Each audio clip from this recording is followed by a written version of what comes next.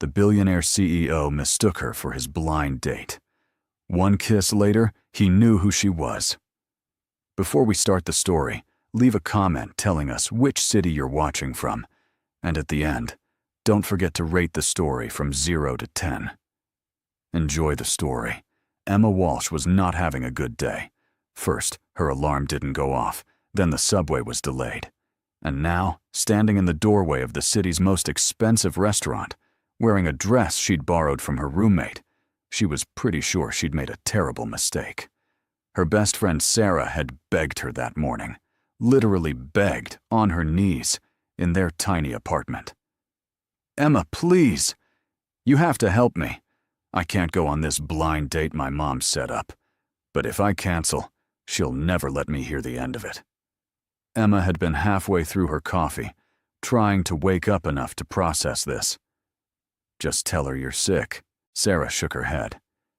"You don't understand my mom. She'll show up at my door with soup and a thermometer, and probably a priest." Emma almost choked on her coffee. "A priest?" Sarah waved her hand. "For the blessing. She thinks I need divine intervention to find a husband at this point." So Emma, being the good friend she was, the friend who couldn't say no, the friend who somehow always ended up in situations like this, agreed to go in Sarah's place. "It's just 1 hour," Sarah had said. "Grab a drink, make small talk, say you're not interested. Done. Easy." Emma adjusted the purse strap on her shoulder, took a deep breath, and thought to herself, "All right, Emma, you can do this. 1 hour. 1 drink. You've survived worse, like that time you got stuck in an elevator with that guy who wouldn't stop talking about his ferret collection." She walked into the restaurant and immediately felt out of place. Everything was marble and gold. Chandeliers hung from the ceiling like frozen waterfalls, and the other diners looked like they'd stepped out of a fashion magazine. The hostess, a tall, elegant woman with perfect posture, smiled at her. "Good evening. Do you have a reservation?" Emma cleared her throat, trying to sound confident. "Yes, reservation for Walsh." The hostess checked her tablet. "Ah, yes. Right this way." She was led through the restaurant, past tables with couples leaning in close, businessmen in suits, families celebrating something that required champagne. And then the hostess stopped at a table near the window, gesturing to it. "Here you are. Your date hasn't arrived yet. Can I get you something to drink while you wait?" Emma nodded. "Water, please." "Sparkling." The hostess smiled and walked away, leaving Emma alone at a table that probably cost more than her rent. She sat down, smoothed out her dress, and looked around, trying not to make eye contact with anyone. "Okay," she thought to herself. "Just breathe. It's fine. You sit here, you wait, you tell whoever shows up that you're not interested, and then you leave. Simple." Her phone buzzed.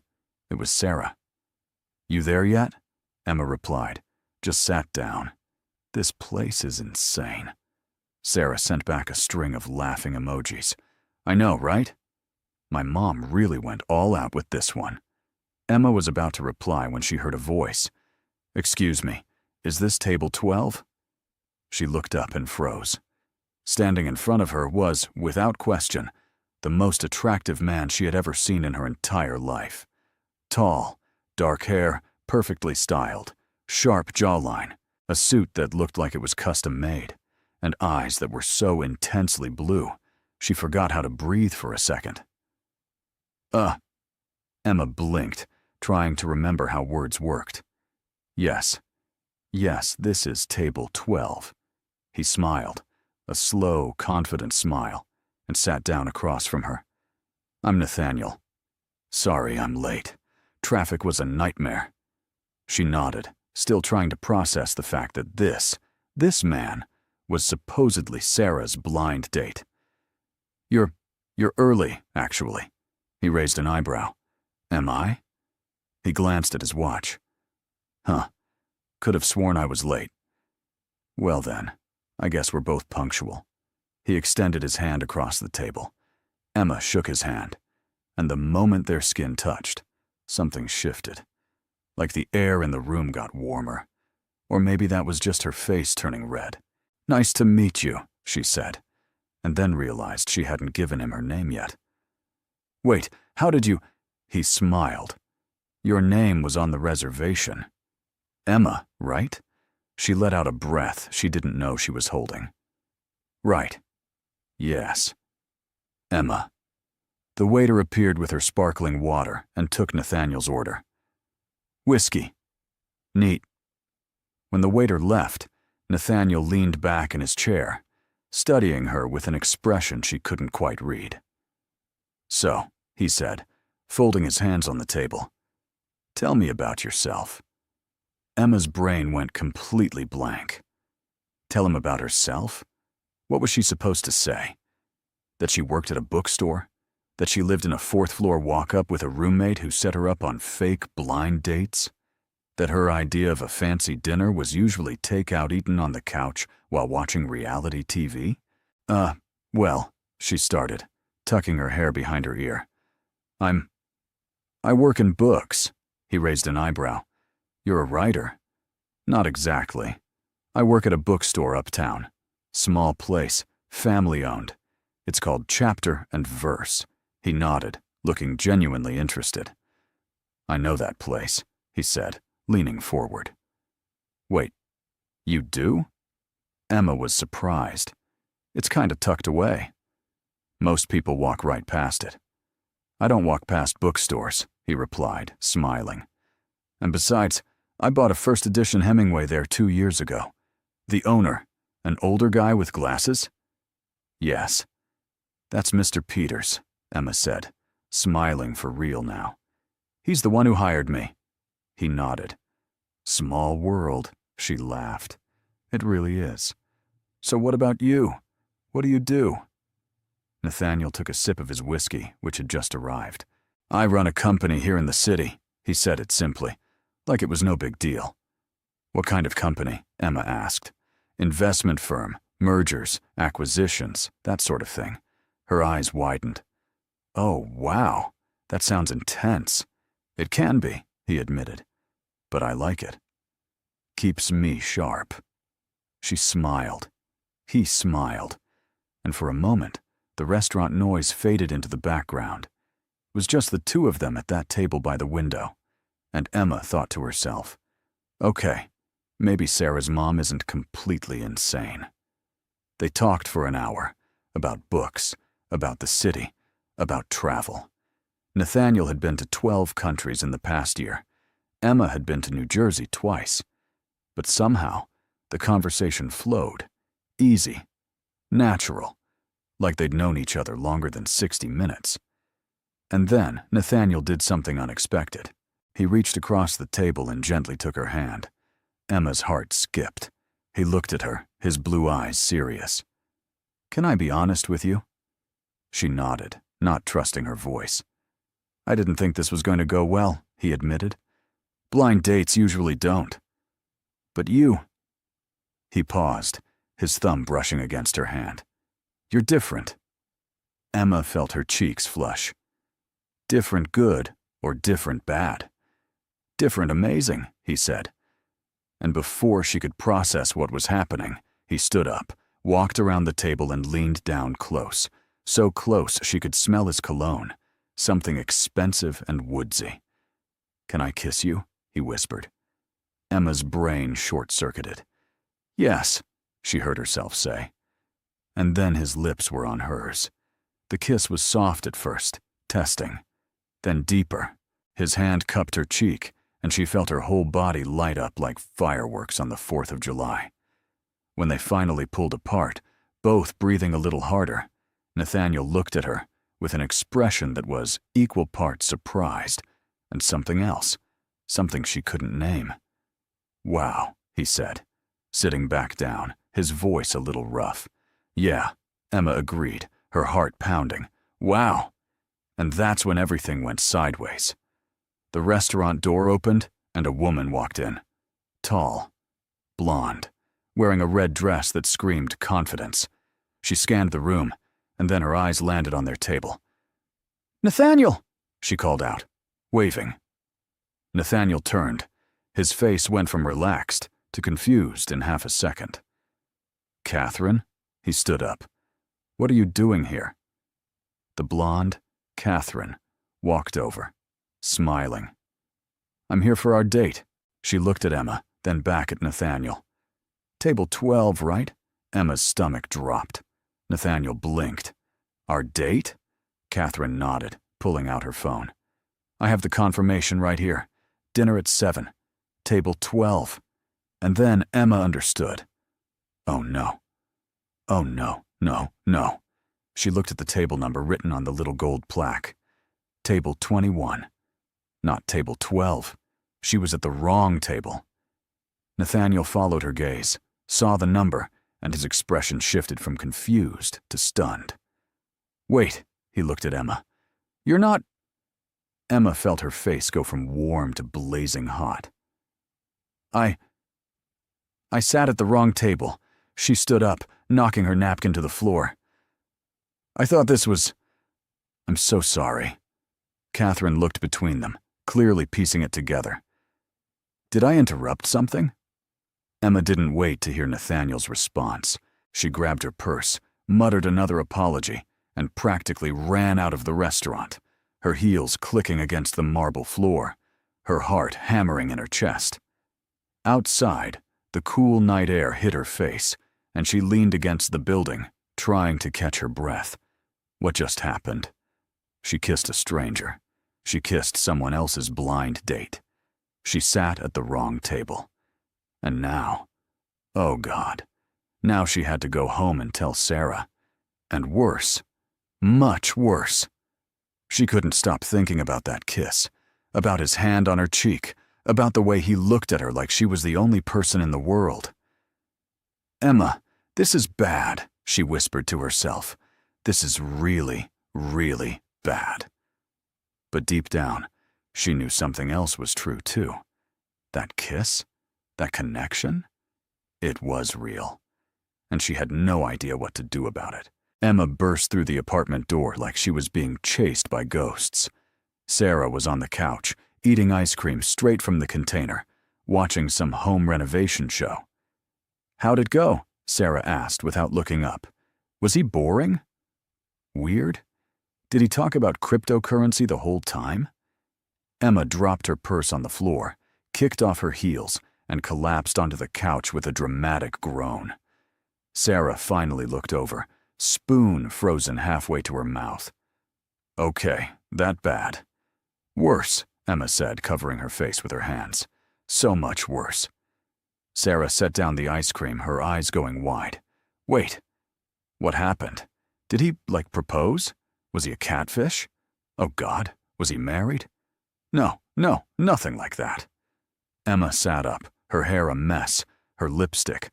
Well, let's just say it wasn't where it was supposed to be anymore. "I sat at the wrong table." Sarah blinked. "What?" "Wrong." Table Emma grabbed a throw pillow and hugged it to her chest.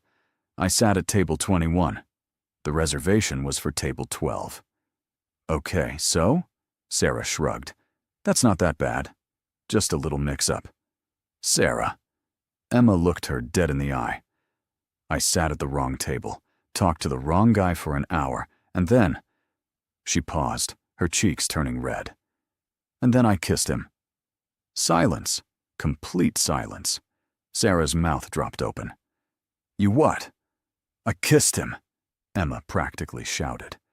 And it was incredible. Like movie-level incredible. And then his actual blind date showed up, and I realized I was at the wrong table the entire time. And I ran. I literally ran out of there like some kind of rom-com disaster.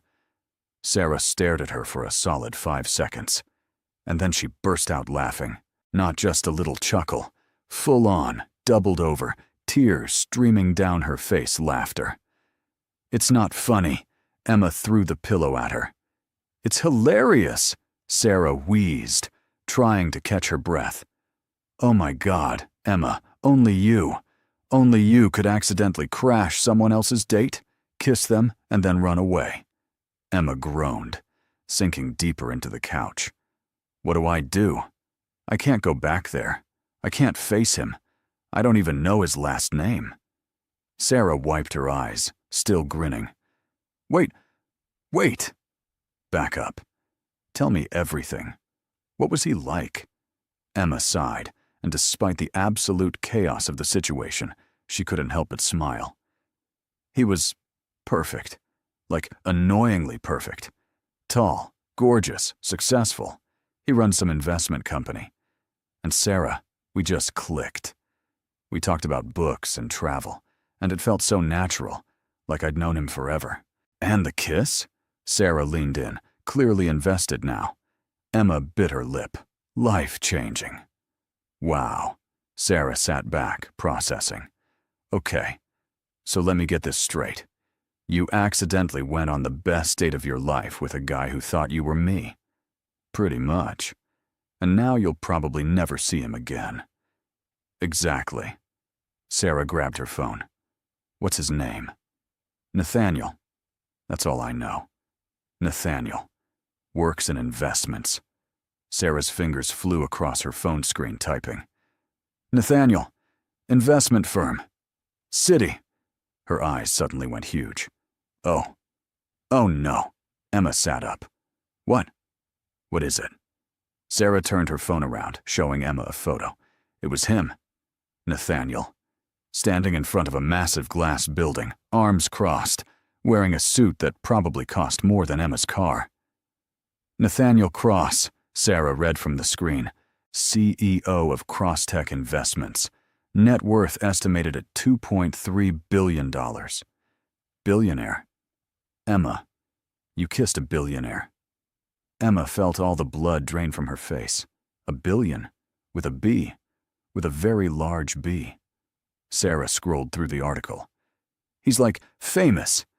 There are articles about him in Forbes, Bloomberg, everything. He's one of the most eligible bachelors in the country. Emma grabbed the phone, scrolling through photos. There he was at charity galas, business conferences, shaking hands with politicians. And in every single photo, he looked exactly like he had tonight. Confident, powerful, completely out of her league. This is bad, Emma whispered. This is so bad. Why is it bad? Sarah asked. He kissed you back, didn't he? Yeah, but Emma gestured at the phone. Look at him. Look at his life. I work at a bookstore, Sarah. I take the subway. My idea of fancy is when I splurge on the guacamole at Chipotle. Sarah took her phone back. So what? He liked you. The real you. He didn't know you were some billionaire heiress, and he still kissed you. He thought I was you, Emma pointed out. Okay, fair. But still. Sarah stood up, pacing now. You can't just let this go. You felt something, right? Emma nodded slowly. Yeah, I did. Then you have to see him again. How? Emma threw her hands up. I can't just walk into his billion-dollar office building and be like, hey, remember me? The girl who catfished you by accident? Sarah grinned. Actually, that's not a bad idea. Absolutely not. Come on. What's the worst that could happen? Emma gave her a look. He could have me arrested for trespassing. He's not going to have you arrested. Sarah sat back down, grabbing Emma's hands. Look, I know this is terrifying. But you said it yourself. It was the best kiss of your life. And from the sound of it, he felt it too. You owe it to yourself to at least try. Emma wanted to argue. She wanted to say this was crazy, that she should just forget about it. Move on, pretend it never happened. But she couldn't stop thinking about the way Nathaniel had looked at her, the way he'd smiled, the way his hand had felt in hers. Maybe, she said quietly. Maybe you're right. Sarah squeezed her hands. I'm always right. Emma laughed despite herself. Okay, so what do I do? First, Sarah said, standing up and pulling Emma to her feet. You stop panicking. Second, we figure out a plan. And third, she grinned. "We get you back in front of that man." "And how exactly do we do that?" Sarah's eyes lit up with mischief. "Leave that to me." The next morning, Emma woke up to 17 text messages from Sarah, all of them variations of, "I have a plan," and "Trust me." She groaned, rolled over, and checked the time. 7:30 a.m., way too early for whatever chaos Sarah was about to unleash. Her phone rang. Sarah. "It's 7:30 in the morning," Emma answered, her voice still groggy. "I know. I've been up since 6. Sarah sounded way too awake. "Okay, so I did some research." "Research?" "Nathaniel Cross has a routine. Every morning at 8:15, he stops at the same coffee shop. Brew and Pages. It's 3 blocks from his office." Emma sat up. "How do you know that?" "I have my sources." Sarah paused. "Okay, fine. I found a lifestyle article about him." "But that's not the point. The point is, you know where he'll be, so you can accidentally run into him." "Sarah, that's stalking." "It's not stalking. It's strategic positioning." Emma rubbed her face. "I don't know." "Emma," Sarah's voice got serious. "You spent all night talking about how much you regret running away. Here's your chance to fix it. What's the worst that could happen?" Emma thought about it. Nathaniel could ignore her. He could be angry, he could laugh at her, or he could smile at her the way he did last night. "Okay," she said, throwing off the covers. "Okay, I'll do it." "Yes," Sarah cheered. "Wear something cute but casual. Like, I just happened to be in the neighborhood cute." "Got it." "And Emma." "Yeah." "Good luck. You're going to need it." An hour later, Emma stood outside Brew and Pages, her heart pounding so hard she thought it might actually break through her ribcage. The coffee shop was cute. Exposed brick, plants hanging from the ceiling, the smell of fresh coffee, and baked goods wafting through the air. Through the window, she could see it was moderately busy. A few people on laptops, a couple sharing a muffin, and no sign of Nathaniel. Yet. Emma checked her watch. 8:10 a.m. Sarah said he usually arrived at 8:15. She took a deep breath, pushed open the door, and walked inside. The barista, a young guy with a nose ring and a friendly smile, greeted her. "Morning. What can I get you?" Emma glanced at the menu, her brain not really processing anything. "Just a latte. Medium. Thanks." "You got it." She paid, grabbed her coffee, and found a table near the window. Not too obvious, but visible enough that when Nathaniel walked in, he'd see her. Her phone buzzed. Sarah. "Is he there yet?" Emma replied. "Not yet. I'm currently dying of anxiety, thanks for asking." "You're fine. Just be yourself. Smile. Be charming." Easy for you to say. Emma set her phone down and tried to look natural. She took a sip of her latte, which was actually really good, and pulled out a book from her bag. If she was going to sit here and wait, she might as well look like she had a reason to be here. The door chimed. Emma looked up, and there he was. Nathaniel Cross, in a charcoal gray suit, carrying a leather briefcase, looking like he'd just stepped out of a magazine ad for Success. Their eyes met, and for a second, just a second, the entire world stopped. Nathaniel froze in the doorway, his hand still on the door handle. His expression shifted from surprise to something Emma couldn't quite read. Confusion? Recognition? Maybe a little bit of both. Emma's grip tightened on her coffee cup.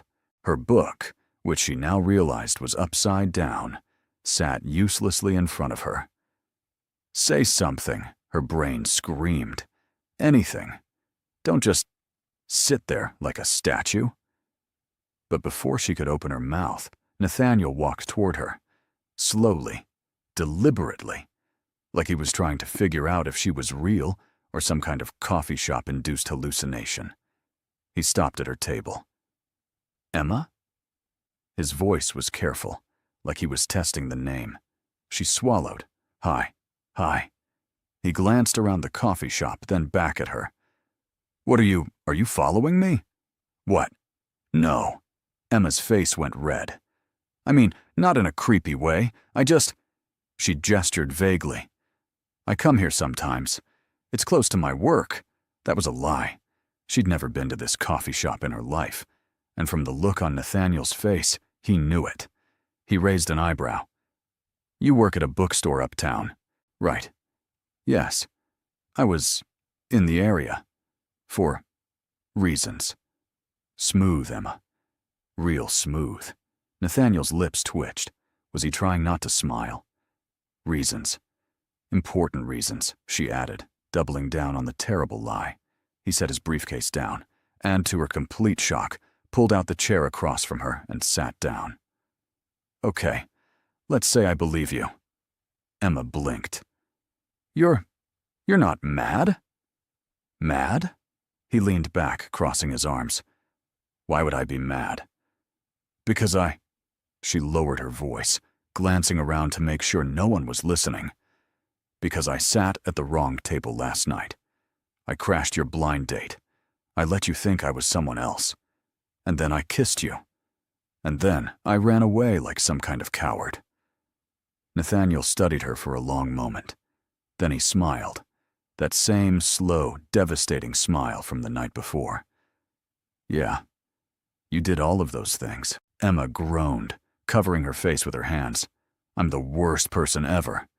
I wouldn't say that. She peeked through her fingers. No. He leaned forward, resting his arms on the table. Confused. Yes. Intrigued. Definitely. But mad? Not really. Emma lowered her hands, her heart doing strange, fluttery things. Intrigued? Very. His blue eyes held hers. You kissed me and then disappeared. Do you have any idea how rare that is? What, kissing you? He laughed. No. Someone surprising me. I spend most of my day in meetings with people who want something from me. Money, connections, favors. It's all very transactional. He paused. But you didn't even know who I was. You just talked to me like I was a normal person. Emma bit her lip. You are a normal person. Not according to Forbes.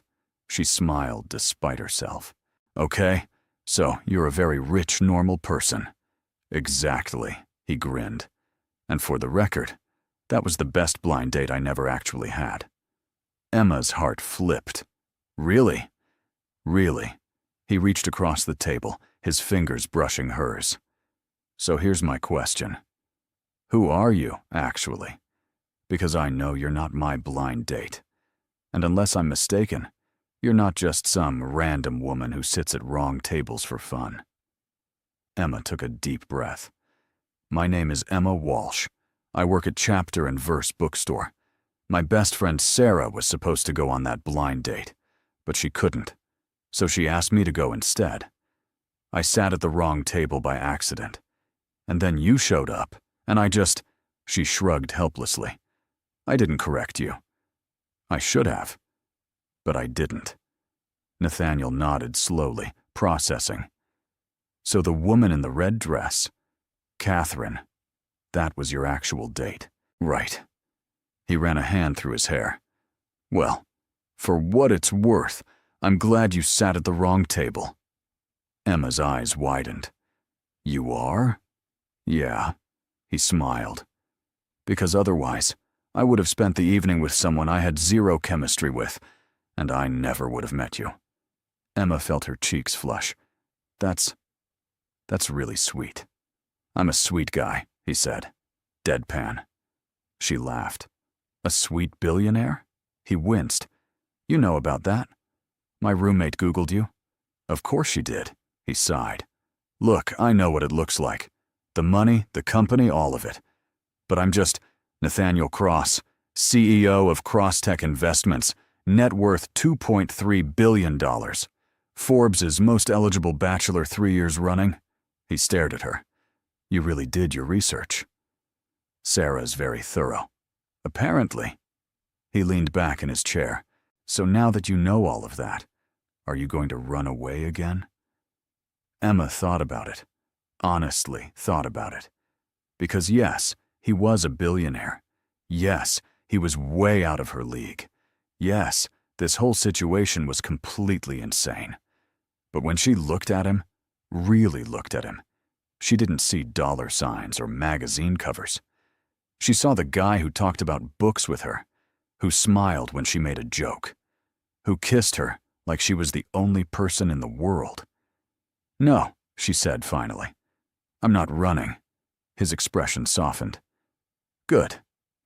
Because I'd really like to take you to dinner. An actual dinner, where we both know who the other person is." Emma smiled.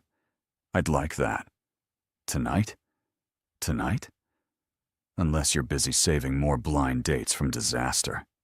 She laughed. "Tonight works." Nathaniel stood up, grabbing his briefcase.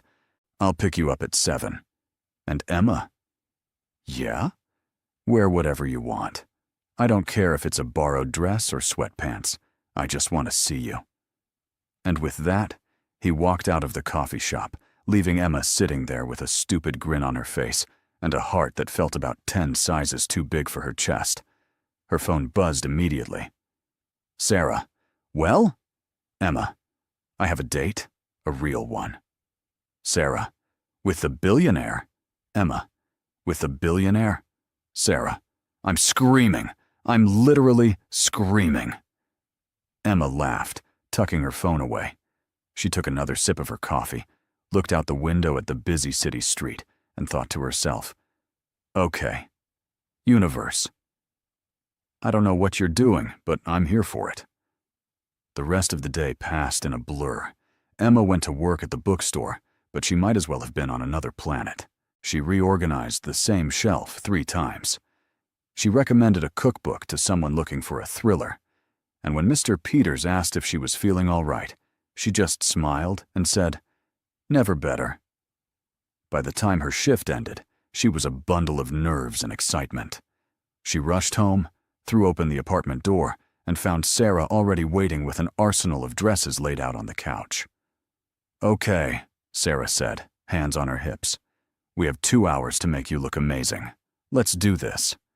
"Sarah, I don't need—" "Yes, you do. This is a billionaire, Emma. A billionaire who is taking you on a real date. We're not messing this up." Emma laughed, surrendering. "Fine, but nothing too fancy." "Define fancy." "Like I still want to be able to breathe." Sarah grinned. "Deal." They spent the next hour trying on outfits, doing makeup, debating shoes. At one point, Sarah tried to put Emma in a dress with sequins, and Emma flat out refused. "He said to wear whatever I want," Emma argued. "Yeah, but—" "No buts. I'm wearing this." Emma held up a simple navy blue dress. Fitted but not tight. Elegant but comfortable. And most importantly, it felt like her. Sarah sighed dramatically. "Fine, but I'm doing your makeup. Deal." At exactly 7 o'clock, there was a knock on the door. Emma's heart leapt into her throat. Sarah squealed, grabbing Emma's shoulders. "Okay, okay. You look amazing. Just be yourself. Don't overthink it. And for the love of God, don't sit at the wrong table this time." Emma laughed nervously. "Thanks for the vote of confidence." "You've got this." Sarah pushed her toward the door. "Now go get your billionaire." Emma took a deep breath, smoothed down her dress, and opened the door. And there he was, Nathaniel, standing in her hallway, holding a bouquet of white roses, wearing a perfectly tailored suit, but with his tie slightly loosened. Like he'd been nervous, too. "Hi," he said, smiling. "Hi," Emma replied, her heart doing somersaults. He handed her the roses. "For you." "They're beautiful." She took them, trying not to swoon. "Let me just put these in water." She rushed to the kitchen, found a vase, well, a mason jar, and filled it with water. Sarah gave her a thumbs up from the couch, and Emma rolled her eyes, smiling. When she came back, Nathaniel offered his arm. "Ready?" "Ready." They walked down the 4 flights of stairs together, and when they stepped outside, Emma stopped short.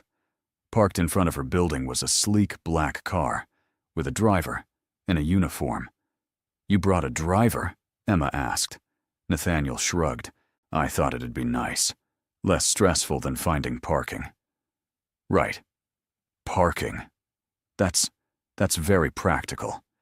He opened the door for her, and she slid inside. The interior was all leather and wood paneling, and probably cost more than her entire yearly salary. Nathaniel got in beside her, and the driver pulled smoothly into traffic.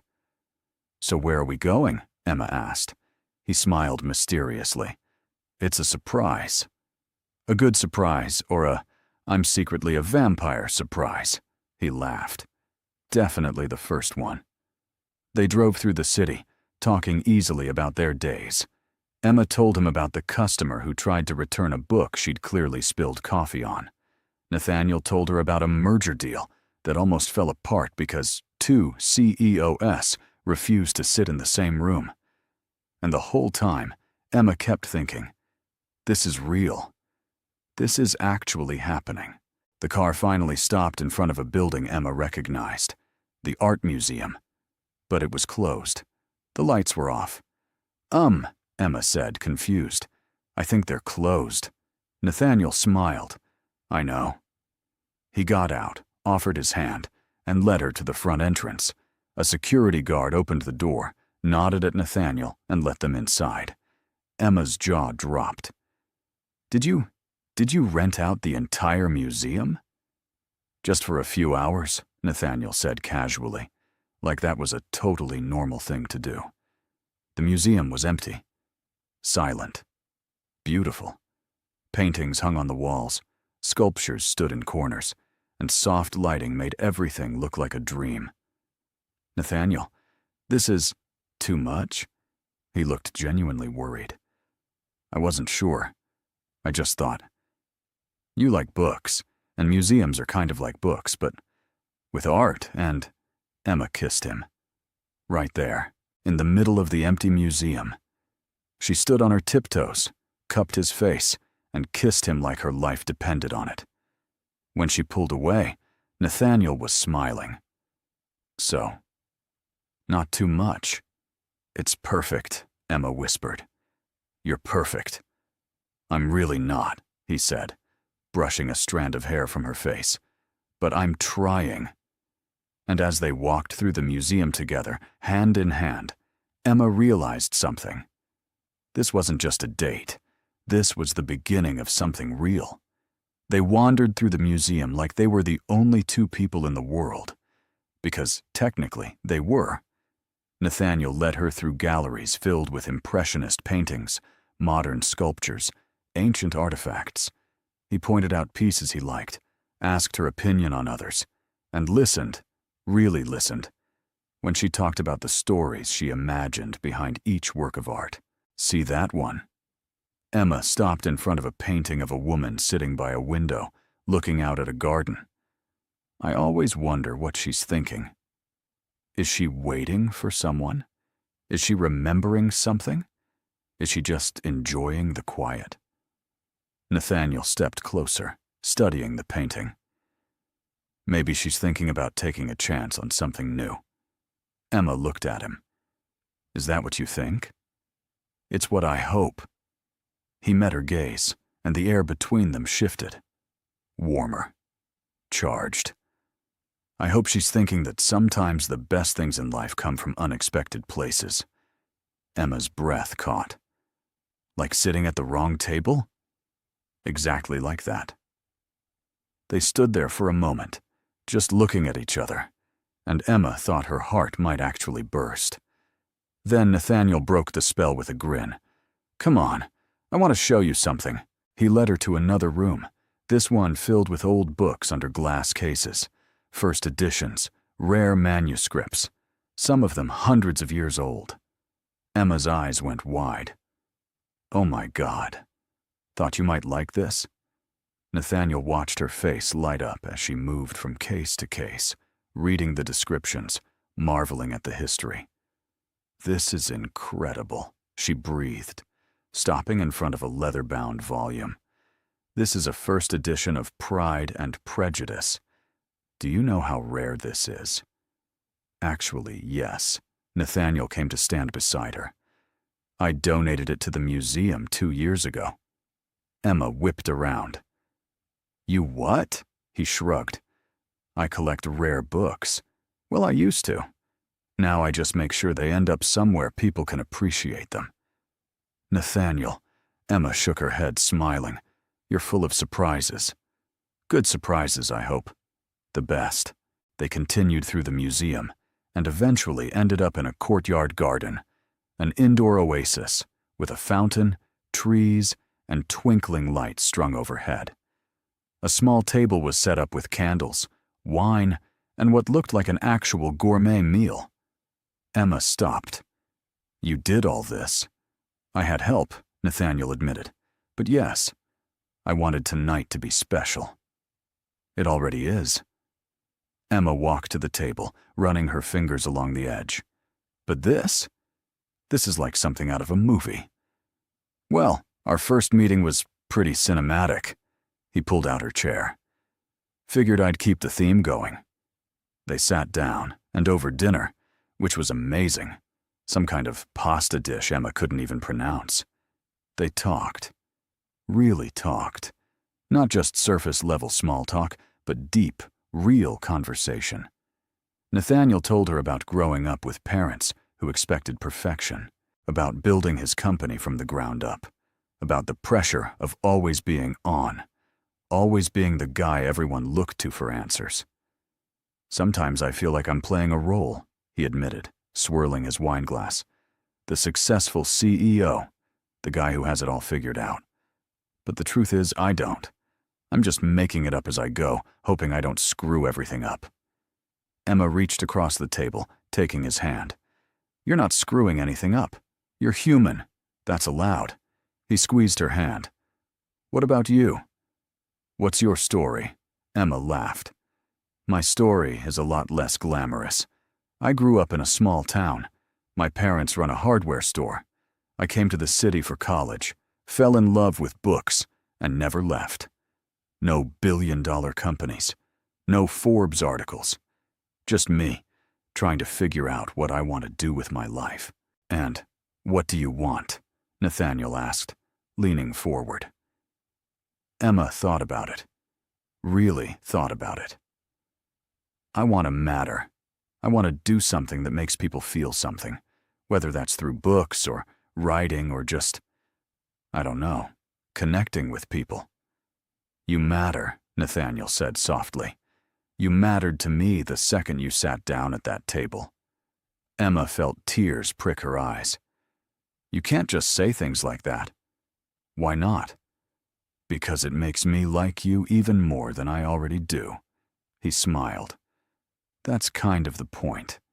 They finished dinner, and Nathaniel stood, offering his hand. Dance with me. Emma blinked. There's no music. So? He pulled out his phone, pressed a button, and soft jazz started playing through hidden speakers. Now there is.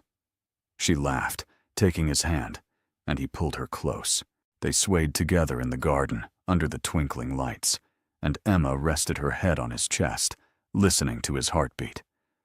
This is crazy, she murmured. What is? This.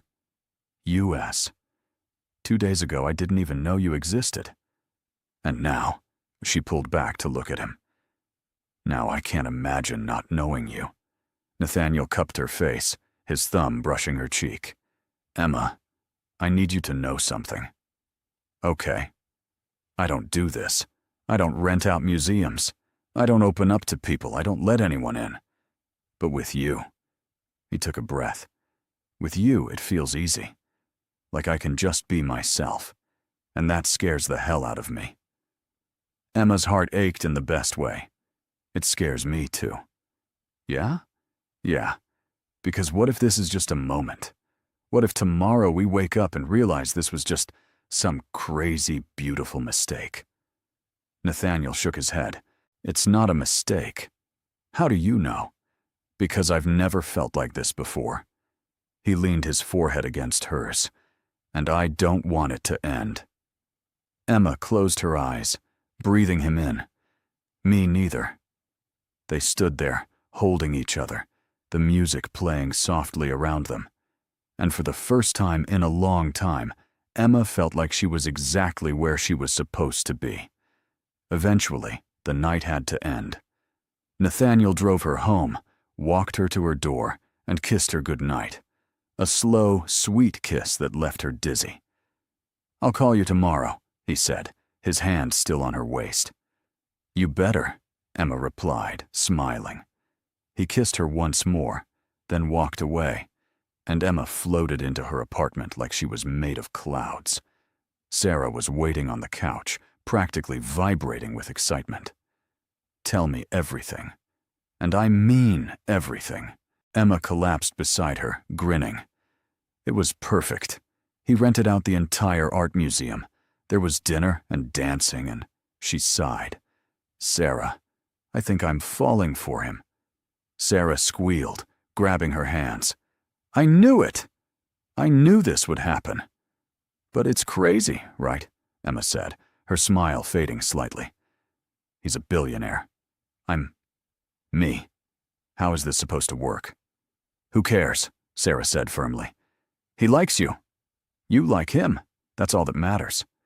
"But what if—" "No," Sarah cut her off. "No what-ifs. You're going to enjoy this. You're going to let yourself be happy. And you're going to see where this goes. Got it?" Emma took a deep breath, then nodded. "Got it. Good. Now go to bed. You've got that dreamy smile on your face, and I need you to stop being adorable so I can sleep." Emma laughed, hugging her friend. "Thank you. For everything. That's what best friends are for." The next few weeks were like a dream. Nathaniel and Emma saw each other as often as they could. He'd stop by the bookstore between meetings. She'd meet him for lunch at his office. They'd spend evenings walking through the city, talking about everything and nothing. And slowly, Emma started to realize that this wasn't just a fling. This was real. But of course, reality has a way of crashing in when you least expect it. It started with a phone call. Emma was at work, restocking shelves, when her phone rang.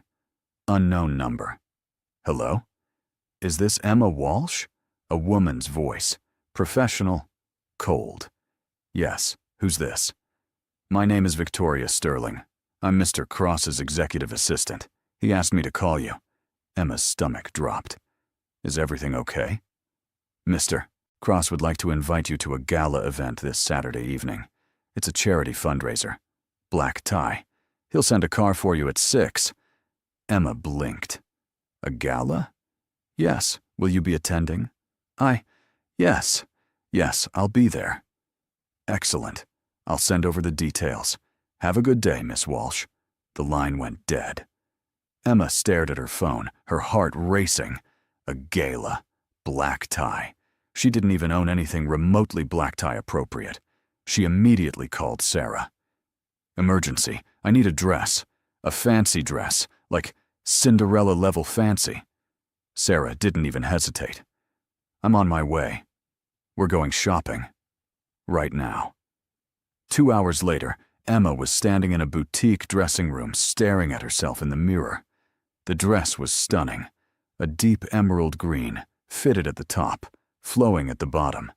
It made her feel like a princess, but it also cost more than 2 months' rent. "Sarah, I can't afford this," Emma said, stepping out of the dressing room. Sarah crossed her arms.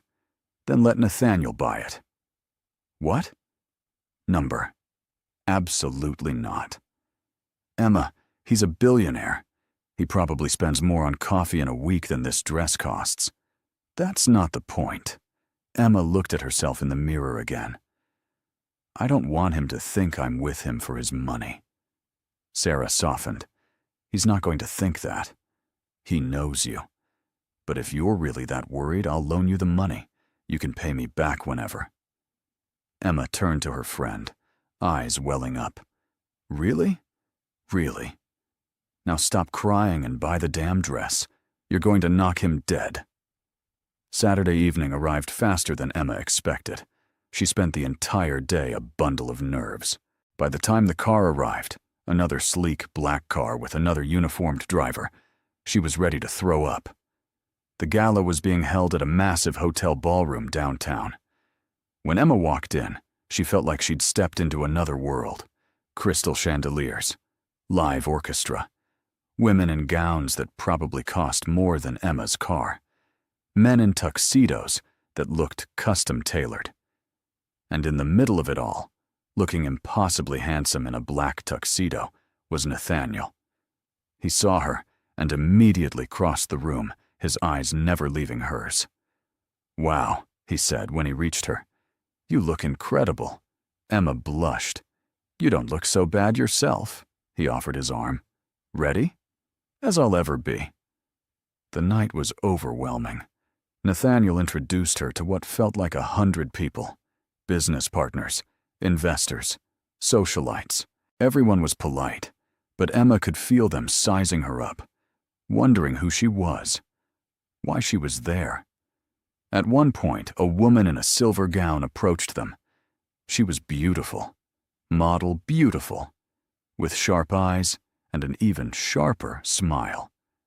"Nathaniel," she purred, air-kissing both his cheeks. "It's been too long." "Victoria," Nathaniel said politely. "Emma, this is Victoria Ashford.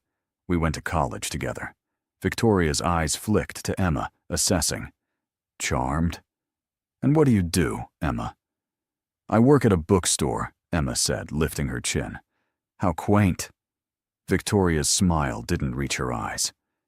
"Nathaniel, we simply must catch up. There's a deal I'd love to discuss with you." "Maybe later," Nathaniel said, his hand tightening on Emma's waist. "I'm with Emma right now." Victoria's smile faltered for just a second. "Of course. Enjoy your evening." She walked away, and Emma let out a breath she didn't know she was holding. "Sorry about that," Nathaniel said. "Victoria's intense." "She's beautiful," Emma said quietly. "She's also not you." Nathaniel turned her to face him. "Hey, you okay?" Emma forced a smile. "Yeah, just, this is a lot." "I know, but you're doing great." He kissed her forehead. "Come on, let's get some air." They stepped out onto a balcony overlooking the city. The night air was cool, and the sounds of the party faded behind them. "Better?" Nathaniel asked. "Much?" Emma leaned against the railing. "Can I ask you something?" "Anything."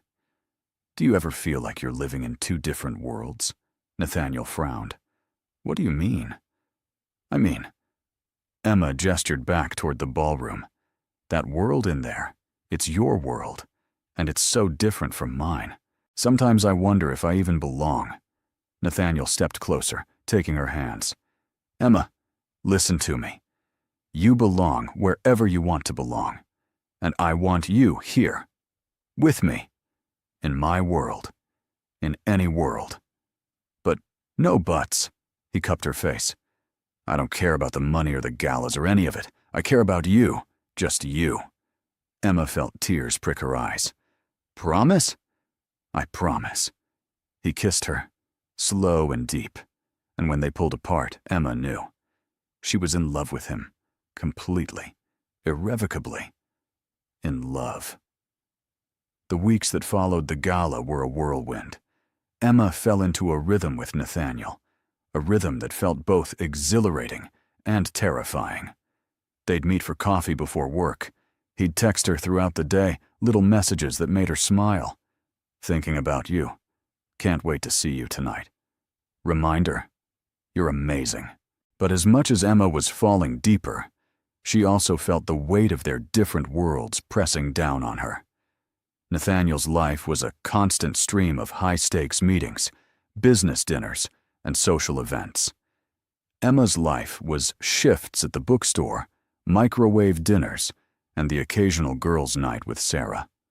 One evening, Emma was working late at Chapter and Verse, organizing a new shipment of books, when the bell above the door chimed. She looked up expecting a last-minute customer. Instead, it was Nathaniel. "Hey," she said, surprised. "What are you doing here? I thought you had a dinner meeting." "I did." He walked toward her, hands in his pockets. "I left early." "Why?" "Because I'd rather be here." "With you." Emma's heart flipped. "Nathaniel, you can't just leave meetings." "I can. I'm the CEO. That's kind of the perk." He leaned against the counter, watching her. Besides, they were talking about profit margins for 45 minutes. I've heard it all before. Emma laughed, shaking her head. "You're ridiculous." "Ridiculously in love with you, maybe." She froze, her hand still on the stack of books. "What?" Nathaniel straightened, suddenly looking nervous. "I said I'm ridiculous. No, the other part." He took a breath. "I'm in love with you, Emma." The world stopped, completely stopped. Emma stared at him, her heart pounding so loud she was sure he could hear it. You love me?" "Yes." He stepped closer. "I know it's fast. I know we've only known each other a few weeks, but I can't keep pretending I don't feel this way. I love you. I love the way you talk about books like they're old friends. I love the way you laugh at my terrible jokes.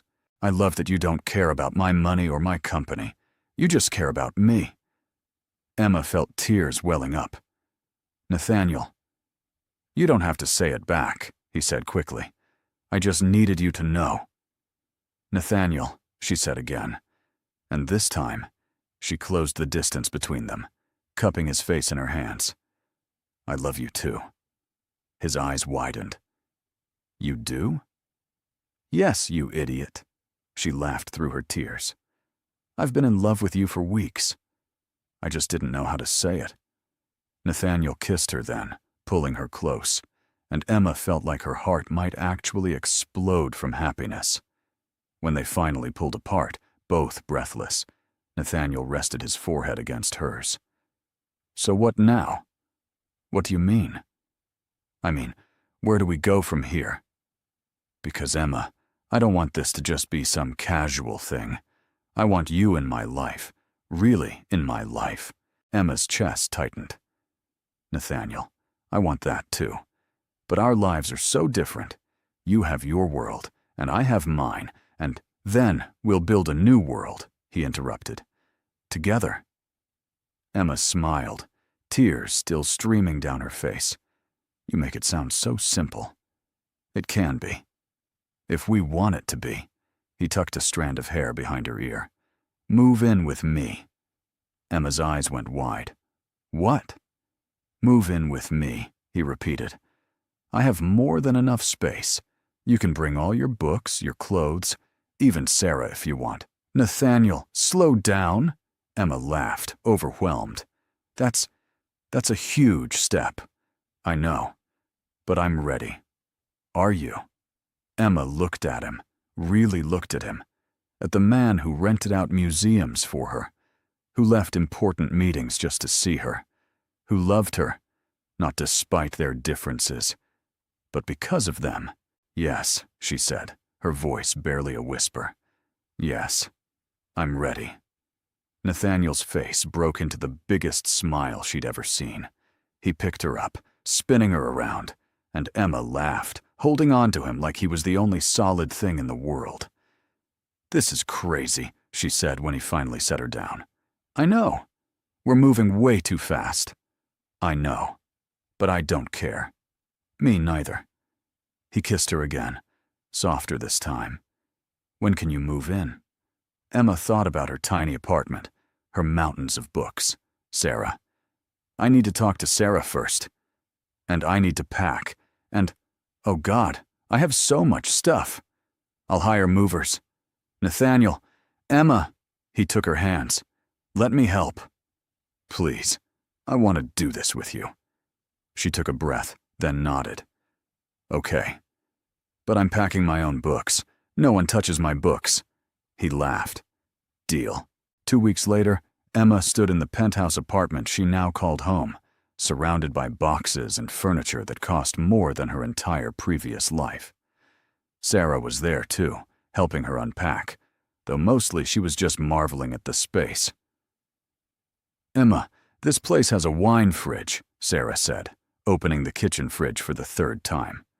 "A whole fridge, just for wine." "I know," Emma said, pulling books out of a box. "And the view." Sarah walked to the floor-to-ceiling windows. "You can see the entire city from here." "I know. And the bathtub is the size of my bedroom." Emma laughed. "Okay, I get it. It's fancy." Sarah turned to her, grinning. "You're living in a penthouse with a billionaire. How is this your life? I honestly have no idea." Emma sat down on the couch, a couch that probably cost more than a car. "Sometimes I feel like I'm going to wake up, and this will all have been a dream." "Well, if it is, don't wake up." Sarah sat beside her. "But seriously, Em, are you happy?" Emma thought about it, about Nathaniel, about the life they were building together.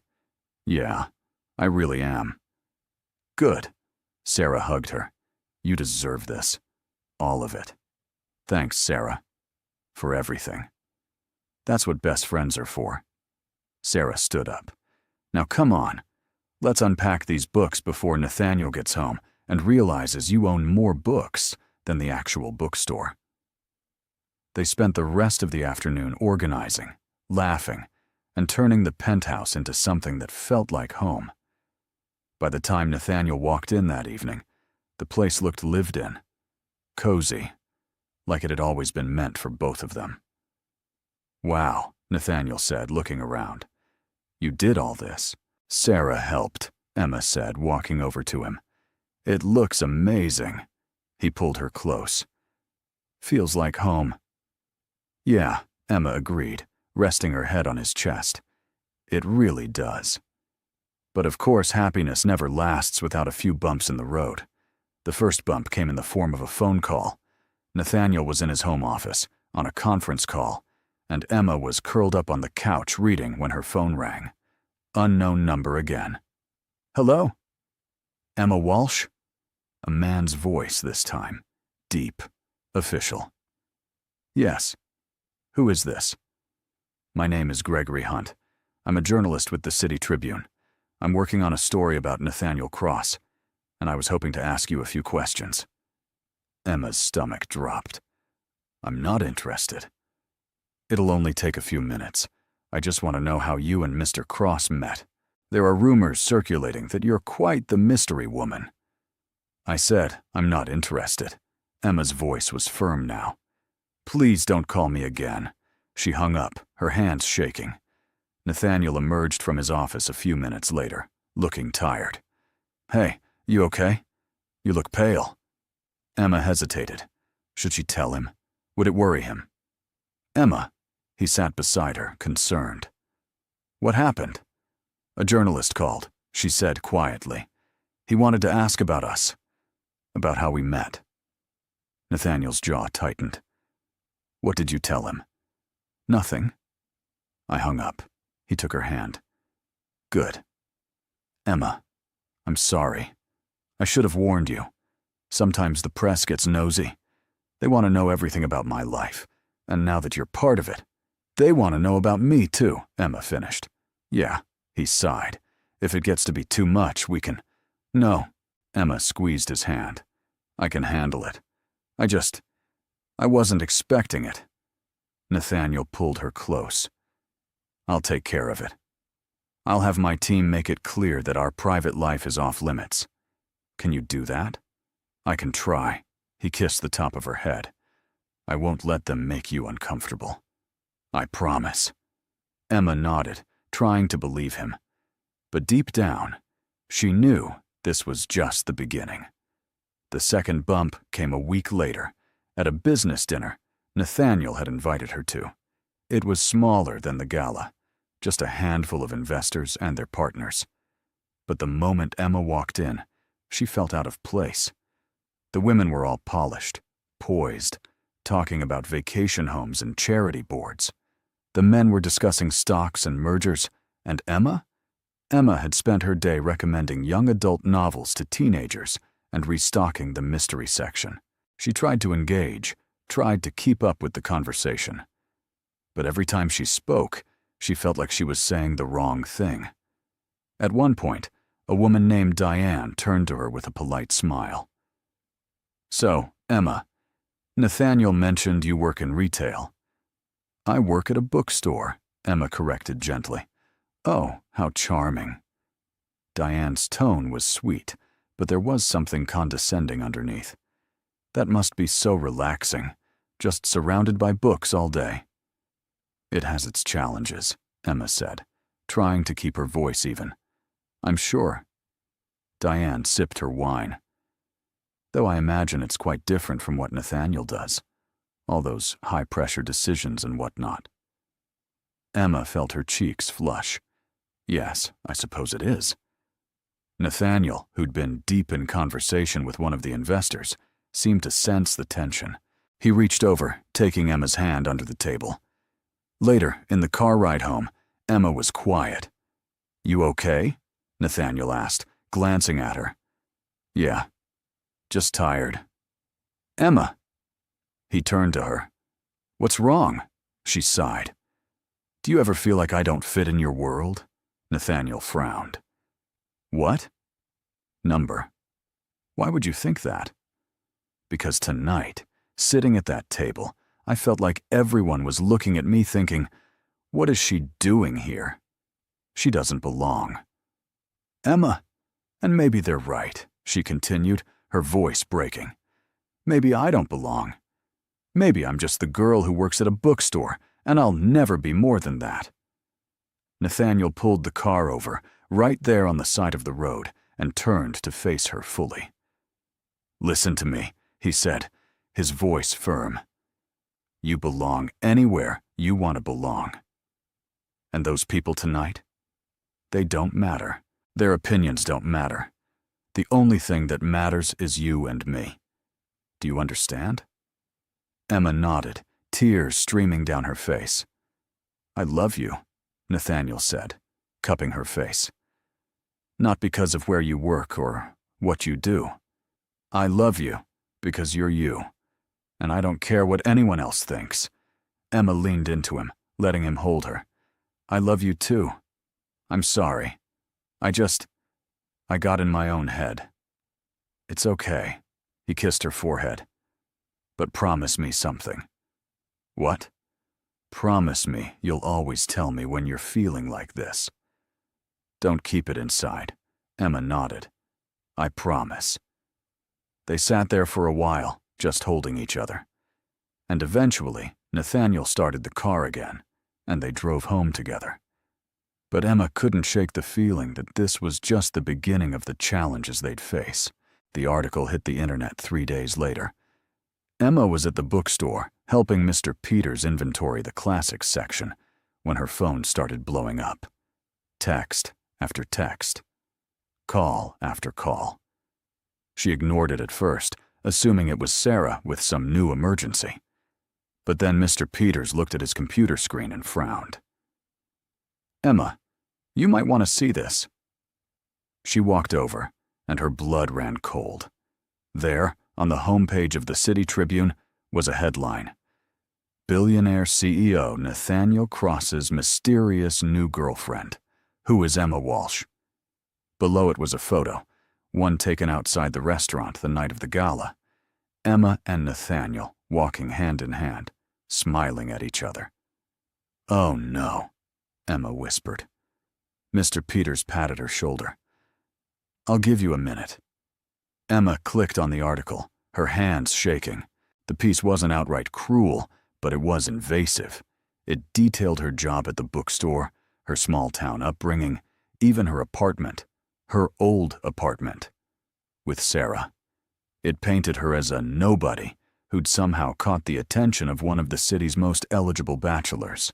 The comment section was worse. "Gold digger? What does he see in her? She's obviously using him for his money." Emma felt sick. Her phone rang. Nathaniel. "Emma, I just saw it," he said the moment she answered. "I'm so sorry." I'm on the phone with my lawyers right now. Nathaniel, stop. Emma's voice was hollow. It's fine. It's not fine. They had no right to publish that. But they did. Emma closed her eyes. And now everyone knows about me. About us. Emma, I need to go. I'm at work. Emma, wait. She hung up. Mr. Peters reappeared, looking sympathetic. Why don't you take the rest of the day off? I can't. We have inventory to finish. Emma. His voice was gentle. Go home. Take care of yourself. The books will still be here tomorrow. Emma nodded numbly, grabbed her coat and walked out. She didn't go home. She couldn't face the penthouse, the reminder of Nathaniel's world. Instead, she walked. Block after block, through the city, trying to clear her head. Her phone rang again. Sarah, this time. Emma, where are you? I just saw the article. Are you okay? I don't know, Emma admitted. I don't know. Come to the apartment. I'm home. We'll talk. Emma changed direction, heading toward her old building. When she arrived, Sarah was waiting at the door, already pulling her into a hug. It's going to be okay, Sarah said. Is it? Emma pulled back. Sarah, they're calling me a gold digger. They're saying I'm using him. Who cares what they say? Sarah led her inside. You know the truth. Nathaniel knows the truth. That's all that matters. But what if he starts to believe it? Emma's voice broke. What if he realizes I'm not worth all this trouble? Emma. Sarah grabbed her shoulders. Nathaniel loves you. He's not going anywhere. You don't know that. Yes, I do. Because I saw the way he looked at you at that restaurant. And I saw the way he rented out an entire museum for you. That man is gone for you. Completely gone. Emma wanted to believe her. She really did. But the doubt had already taken root. Her phone buzzed again. Nathaniel, please call me. I'm worried. Emma stared at the message, then turned off her phone. Emma, Sarah said carefully, don't shut him out. I'm not. Emma sank onto the couch. I just need time to think. Sarah sat beside her. Think about what? About whether this is worth it. Emma looked at her friend. Is loving him worth all of this? The scrutiny, the judgment, the feeling like I'm constantly one step away from not being good enough. Sarah was quiet for a moment. Then she said, only you can answer that. But Emma, love is always worth fighting for, even when it's hard, especially when it's hard. Emma nodded, tears streaming down her face. She stayed at Sarah's that night, curled up on the couch like old times. But it didn't feel the same, because home wasn't this apartment anymore. Home was with Nathaniel. The next morning, Emma turned her phone back on. 53 missed calls, 68 text messages, most from Nathaniel. Please talk to me. I'm worried about you. Emma, I love you. Please don't shut me out. She took a deep breath and called him. He answered on the first ring. Emma. Hi, she said quietly. Where are you? Are you okay? I've been going out of my mind. I'm at Sarah's, and I'm okay. Silence. Then, can I see you? Emma hesitated. Nathaniel, I don't know if... Please, just let me see you. Let me explain. She closed her eyes. Okay, meet me at the bookstore in an hour. I'll be there. Emma hung up, took a shower, and tried to pull herself together. Sarah made her coffee and toast, which she barely touched. You're doing the right thing, Sarah said. Talking to him. I hope so. An hour later, Emma was standing outside Chapter and Verse when a familiar black car pulled up. Nathaniel got out, looking disheveled, tie loosened, hair messy, dark circles under his eyes. Emma, he said, walking toward her. Hi. They stood there, just looking at each other. Then Nathaniel pulled her into his arms, holding her so tightly she could barely breathe. I was terrified, he whispered into her hair. I thought you'd left. I thought I'd lost you. Emma's resolve crumbled. She wrapped her arms around him, burying her face in his chest. I'm sorry. I needed space to think. I know. He pulled back, cupping her face. Emma, I am so sorry about that article. I never wanted you to deal with this. I tried to protect you, but I failed. It's not your fault. It feels like it is. He took a breath. But I need you to know something. I don't care what anyone says. I don't care what the press writes or what people think. All I care about is you and us. Emma felt tears welling up again. Nathaniel, this is so hard. I don't know if I'm strong enough for this life. You are, he said firmly. You're the strongest person I know, and you don't have to do this alone. I'm here. I'm always going to be here. But what if it gets worse? What if? Then we'll face it together. He kissed her forehead. Emma, I love you, and I'm not giving up on us. Not now. Not ever. Emma looked up at him, at the man who'd turned her world upside down in the best way possible. I love you too. Then come home, he said softly. Please, come home. Emma nodded, and Nathaniel held her hand as they walked to the car. On the drive back to the penthouse, Nathaniel made a call. Victoria.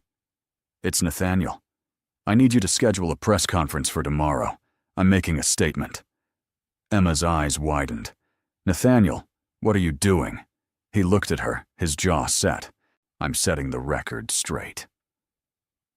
The press conference was held the next day at Nathaniel's office building. Reporters packed the room, cameras flashing, questions being shouted before he even reached the podium.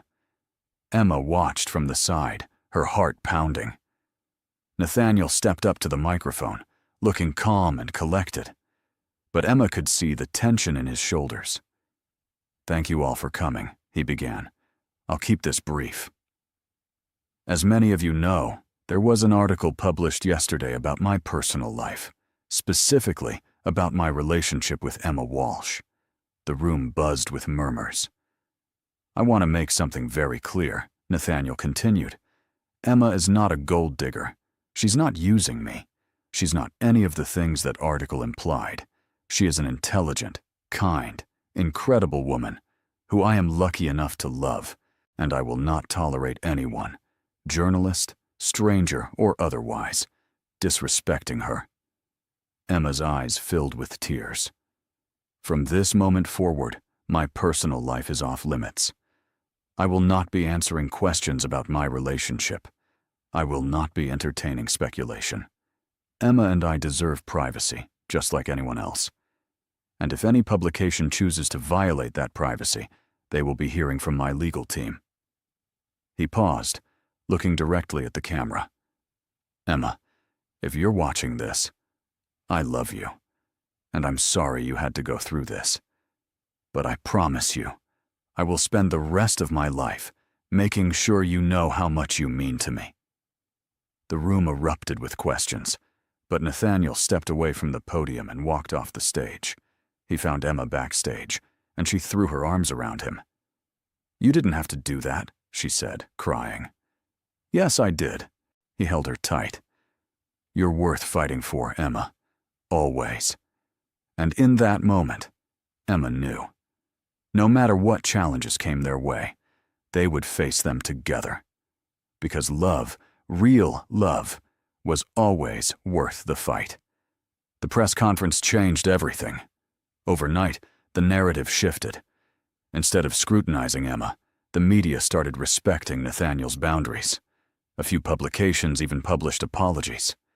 And while there were still whispers, still comments online, they didn't sting the way they had before, because Emma wasn't facing them alone anymore. Life settled into a new normal. Emma went back to work at the bookstore, though now she occasionally had to deal with curious customers who recognized her. Nathaniel continued running his company, though he made a point to leave work early more often to spend time with her. They cooked dinner together, or rather, Nathaniel tried to cook while Emma laughed at his attempts. They watched movies curled up on the couch.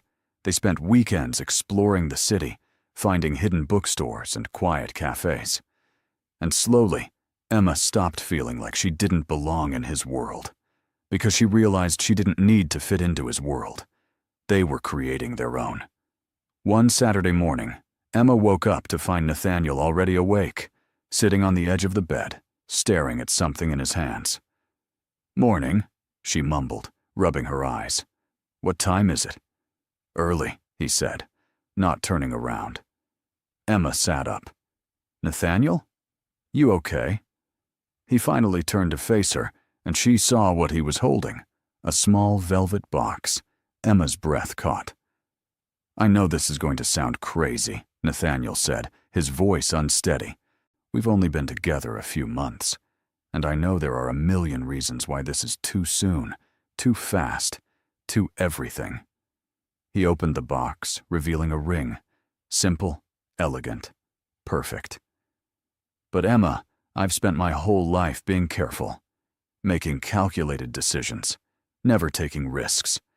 And then you walked into my life, well, sat at the wrong table, and everything changed." Emma felt tears streaming down her face. "You make me laugh," Nathaniel continued. "You challenge me. You make me want to be better. And I don't want to spend another day without knowing that you're mine. Forever." He slid off the bed, kneeling in front of her. "Emma Walsh, will you marry me?"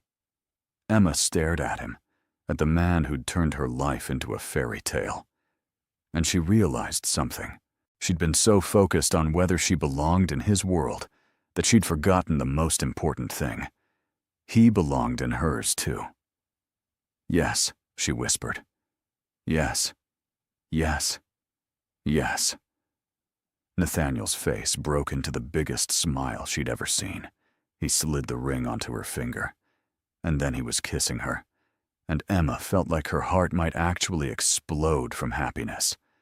They spent the rest of the morning in bed, talking about the future, where they'd get married, whether they'd have kids, what their life would look like.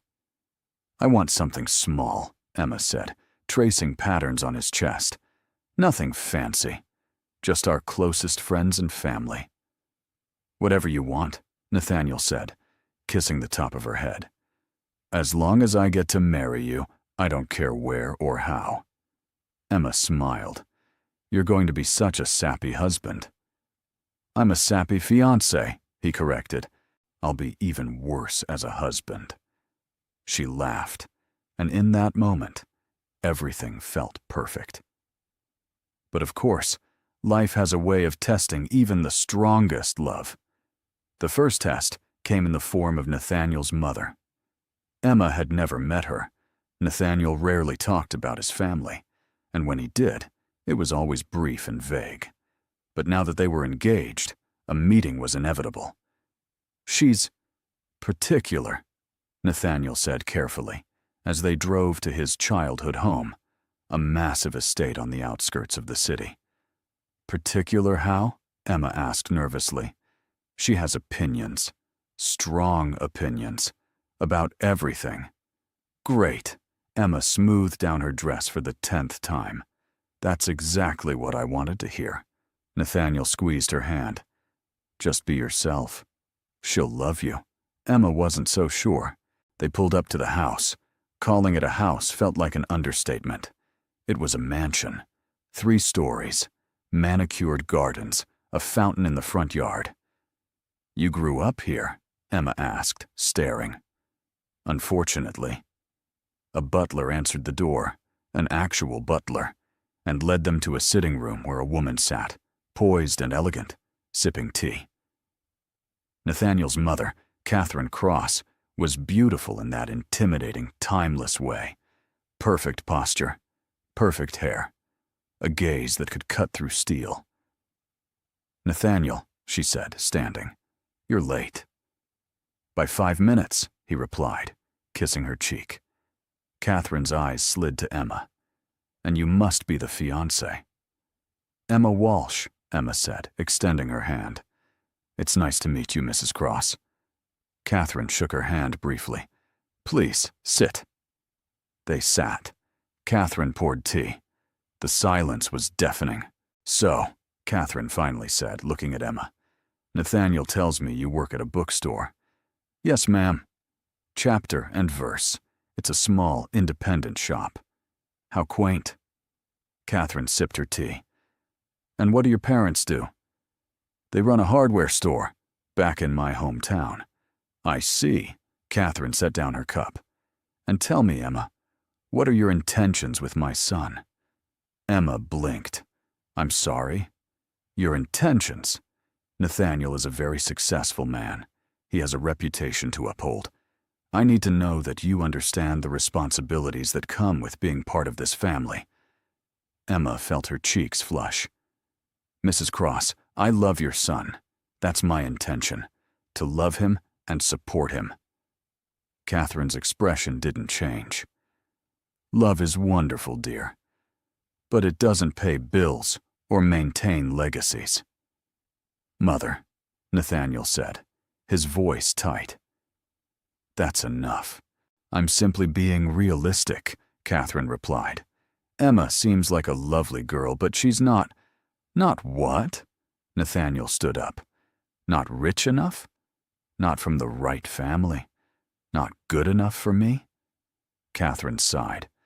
Nathaniel, sit down. You're being dramatic. No, I'm being honest. He turned to Emma. Come on, we're leaving. Emma stood, her heart pounding. Nathaniel, Catherine said, her voice sharp. If you walk out that door, then I walk out, he interrupted. I love Emma.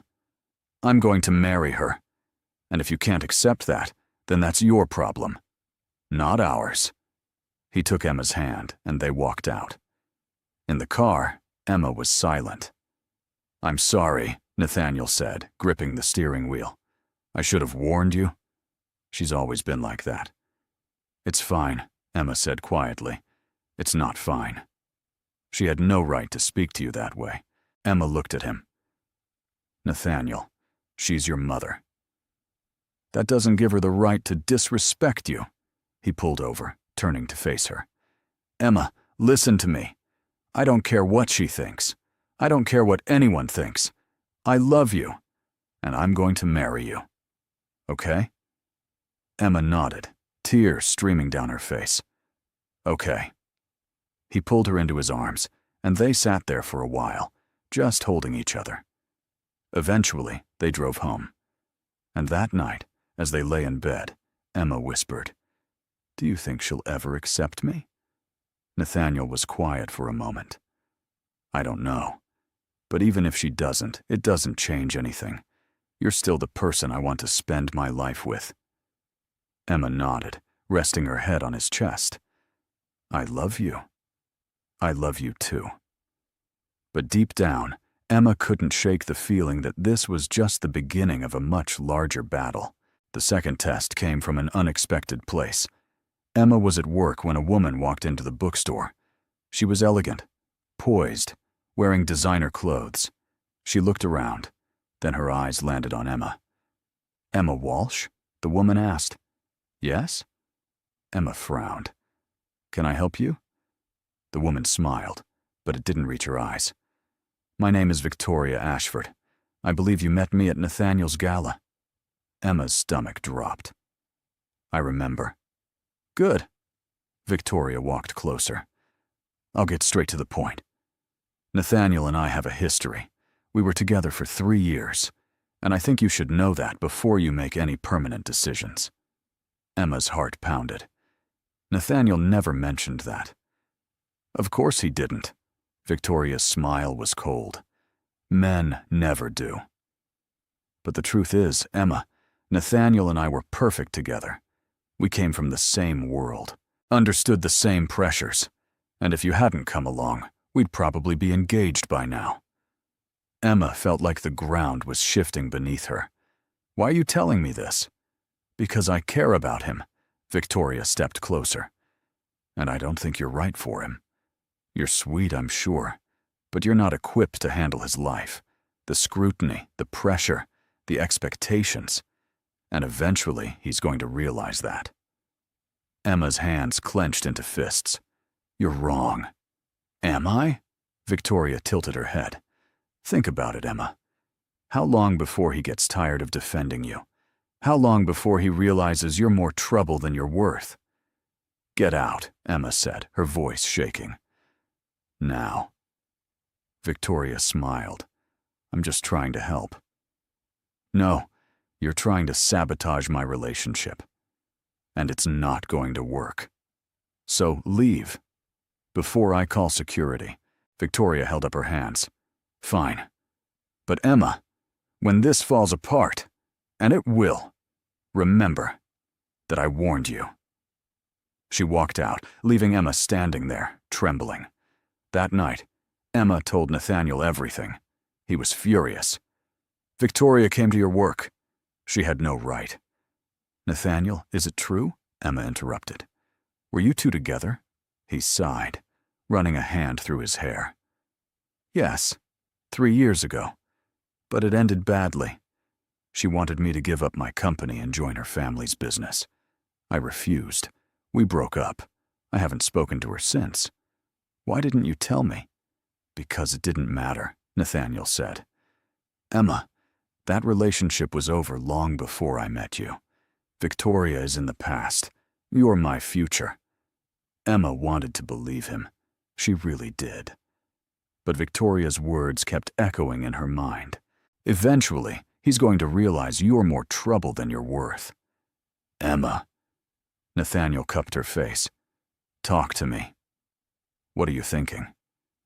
I'm thinking, Emma said quietly, that maybe Victoria's right. Maybe I'm not cut out for this. Nathaniel's eyes widened. No, don't do that. Don't let her get in your head. But what if she's right? Emma's voice broke. What if I'm just making your life harder? Emma. Nathaniel pulled her close. You're not making my life harder. You're making it better. You're the best thing that's ever happened to me.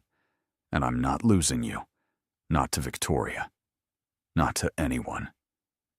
Emma buried her face in his chest, crying. And Nathaniel held her, whispering promises and reassurances until she finally believed him. Because love, real love, meant fighting through the doubt, fighting through the fear, fighting through everything, and Emma was ready to fight. The next few weeks were a blur of wedding planning. Emma and Nathaniel decided on a small ceremony, just close friends and family, at a vineyard outside the city. Sarah was the maid of honor. Nathaniel's best friend from college, Marcus, was the best man. And despite all the chaos, all the doubt, all the challenges, Emma found herself genuinely excited. This was happening. She was marrying Nathaniel Cross. One afternoon, Emma and Sarah were at a bridal boutique, looking for the perfect dress. Emma had tried on at least 15, and none of them felt right. Too puffy, she said, stepping out of the dressing room in a ball gown. Sarah shook her head. Yeah, you look like a cupcake. Emma laughed, going back to try on another one. The next dress was simpler. Lace sleeves, a flowing skirt, a neckline that was elegant without being too revealing. Emma stepped out, and Sarah's eyes filled with tears. That's the one, Sarah whispered. Emma turned to look at herself in the mirror, and her breath caught. It was perfect. Yeah, she said softly. This is it. They bought the dress, and on the way home, Sarah said, I'm really happy for you, Em. You deserve this. Emma squeezed her hand. Thank you. For everything. I couldn't have done any of this without you. That's what best friends are for. The days leading up to the wedding were hectic. Flowers, seating arrangements, last-minute alterations. Emma barely had time to think, which was probably a good thing, because every time she did think, the doubt crept back in. What if something went wrong? What if Nathaniel changed his mind? What if... Emma! Nathaniel's voice pulled her out of her spiral. They were sitting on the couch, going over the guest list. Where'd you go? Sorry, just thinking. He set down the list, turning to face her. About? Emma hesitated. What if this is a mistake? Nathaniel frowned. What do you mean? I mean, what if we're moving too fast? What if we're not ready? What if... Emma! He took her hands. Look at me. She did. Do you love me? He asked. Yes, of course. And I love you. So, how could this be a mistake? Emma bit her lip. I don't know. I'm scared. I'm scared too, Nathaniel admitted. But I'm more scared of losing you. So, if we're going to be scared, let's be scared together. Okay? Emma nodded, tears streaming down her face. Okay. He kissed her, slow and sweet, and Emma felt the doubt melt away. Because this was right. They were right. The night before the wedding, Emma stayed at Sarah's apartment. Tradition dictated that she and Nathaniel shouldn't see each other until the ceremony, and while Emma thought it was silly, Nathaniel insisted. It's bad luck, he'd said, kissing her goodbye. You don't actually believe that? Maybe not. But I'm not taking any chances. So Emma spent the night eating ice cream with Sarah, watching rom-coms, and trying not to think about the fact that in less than 24 hours, she'd be someone's wife. You okay? Sarah asked, pausing the movie.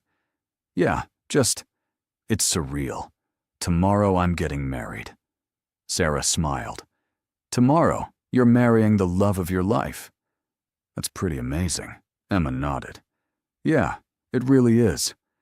The next morning, Emma woke up early, her stomach in knots.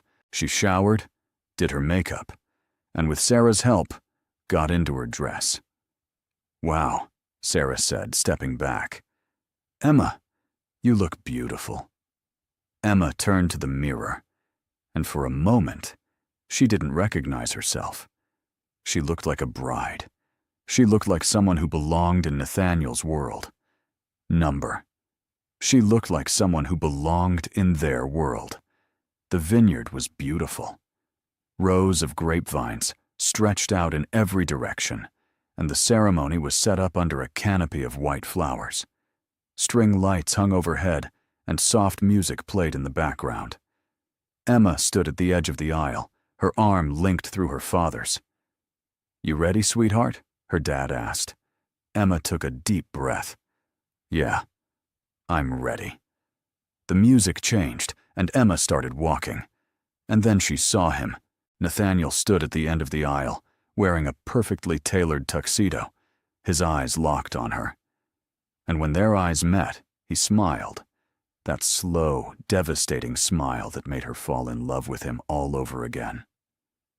Emma walked down the aisle, her heart pounding, tears streaming down her face.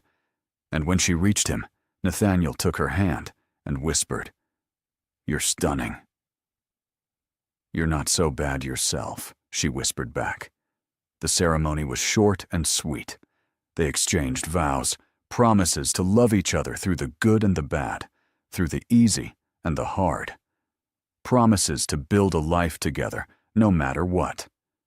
And when the officiant said, You may kiss the bride, Nathaniel pulled Emma close and kissed her like it was the first time all over again.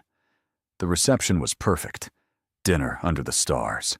Dancing, laughter, toasts from friends and family. Marcus stood up, raising his glass. I've known Nathaniel for 20 years, and in all that time, I've never seen him as happy as he is with Emma. So here's to the happy couple. May your love continue to grow stronger every day. Everyone cheered.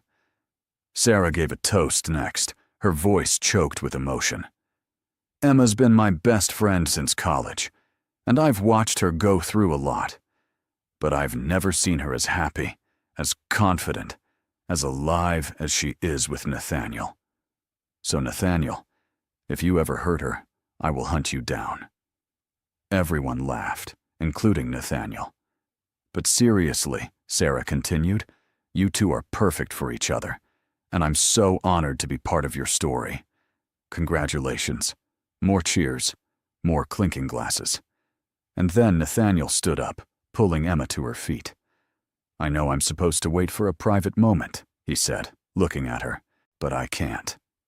Emma, from the moment you sat at the wrong table, my life changed. You made me laugh. You challenged me. You made me believe in love. And I promise you, I will spend the rest of my life making sure you know how much you mean to me. I love you.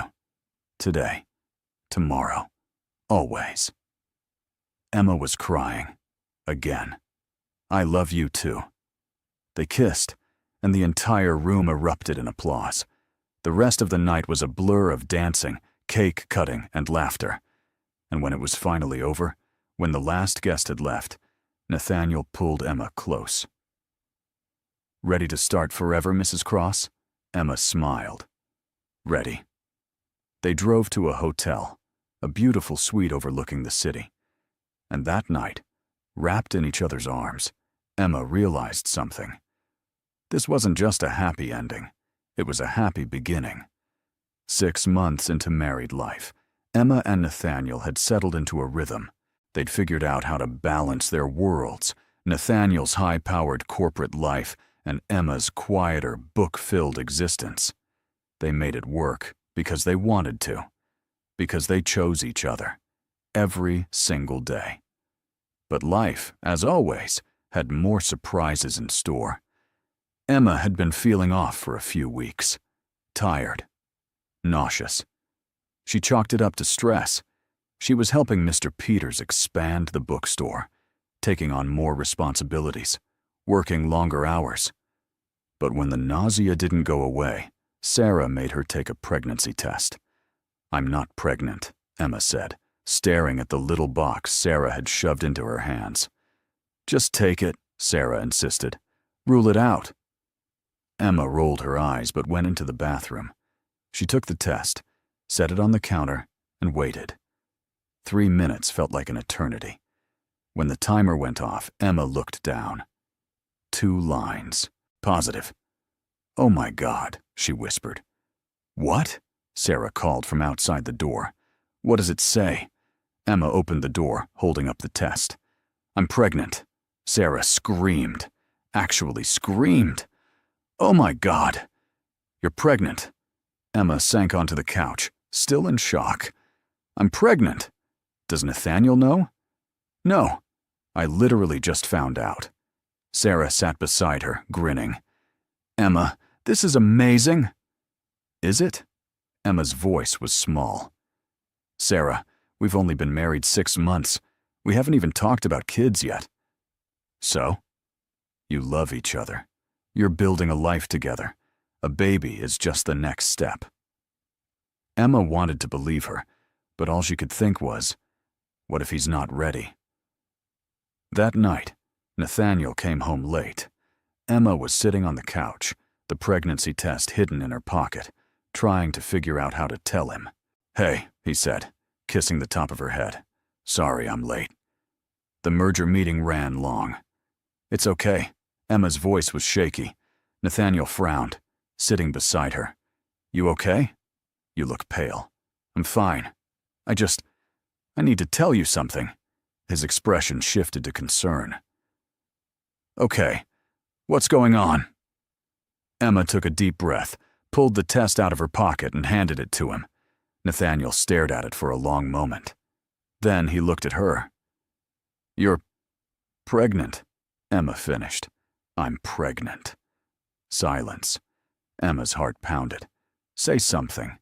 Please. Nathaniel set the test down, then pulled her into his arms, holding her so tight she could barely breathe. We're having a baby, he whispered, his voice thick with emotion. Emma pulled back, searching his face. You're happy? Happy, he laughed, tears streaming down his face. Emma, I'm ecstatic. We're having a baby. Emma started crying, too. I was so scared you wouldn't be ready. I wasn't ready for you either, he said, cupping her face. But you're the best thing that's ever happened to me. And this baby? This is just more proof that we're supposed to be together. Emma kissed him, and they sat there for a long time, just holding each other, trying to process the fact that their family was about to grow. The next few months were a whirlwind. Doctor's appointments, morning sickness, Emma's body changing in ways she never expected. Nathaniel was there for all of it, holding her hair back when she was sick, rubbing her feet when they hurt, talking to her belly like the baby could already hear him. "Hey, little one," he'd say, resting his hand on her stomach. "It's your dad. Just wanted to let you know, your mom and I are really excited to meet you." Emma would laugh, running her fingers through his hair. "You're such a sap. I prefer the term devoted father." But not everything was perfect. Emma struggled with the changes to her body. She felt exhausted all the time, and the bookstore, which she loved, suddenly felt overwhelming. One day, she broke down crying in the middle of a shift. Mr. Peters found her in the back room, sobbing. "Emma," he said gently, "what's wrong?" "I don't know," she said, wiping her eyes. I feel like I'm failing at everything.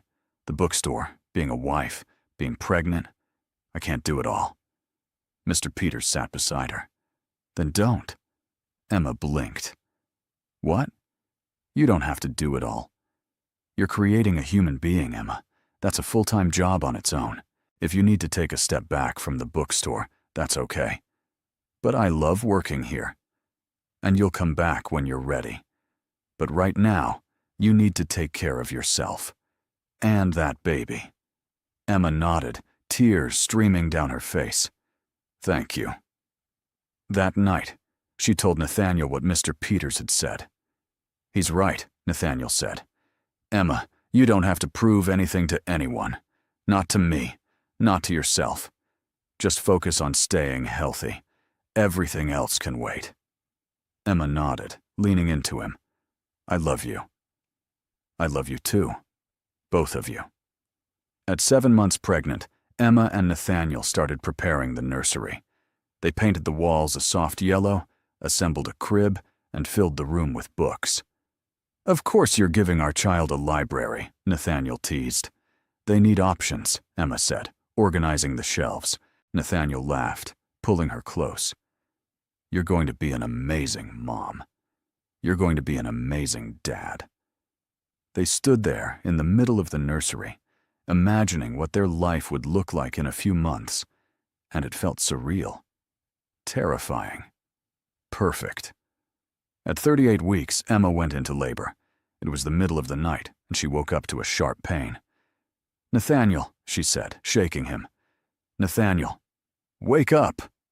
He bolted upright. "What? What's wrong?" "I think it's time." His eyes went wide. "Time? Like baby time?" "Yes, baby time." They rushed to the hospital, Nathaniel driving like a maniac, Emma gripping the door handle and trying to breathe through the contractions. 12 hours later, after what felt like an eternity of pain and pushing, and Nathaniel holding her hand and whispering encouragements, their daughter was born. Lily Rose Cross, 7 pounds, 3 ounces. Perfect in every way. The nurse placed her in Emma's arms, and Emma looked down at her daughter, this tiny, beautiful human, and felt her heart explode. "She's perfect," Emma whispered. Nathaniel leaned in, kissing Emma's forehead, then Lily's. "She's ours." Emma looked up at him, tears streaming down her face. "We did it." "You did it," Nathaniel corrected. "You're incredible." The first few weeks with Lily were exhausting. Sleepless nights, endless diaper changes, learning how to breastfeed. Emma felt like she was drowning. But every time she looked at her daughter, every time Lily wrapped her tiny hand around Emma's finger, it was worth it. Nathaniel was hands-on in a way Emma hadn't expected. He changed diapers, gave Lily baths, walked her around the apartment at 3 a.m. when she wouldn't stop crying. "You're a natural," Emma said one night, watching him rock Lily to sleep. "I'm terrified," he admitted. But I love her so much it hurts. Emma smiled. Yeah, me too. Life with Lily was different, harder, but also fuller, richer, more meaningful. And as Emma sat in the nursery one night, feeding Lily while Nathaniel slept, she thought about everything that had led to this moment. Sitting at the wrong table, kissing a stranger, falling in love, getting married, having a baby. It all felt like fate, like the universe had been guiding her to this exact moment all along. "Thank you," she whispered to no one in particular, "for all of it."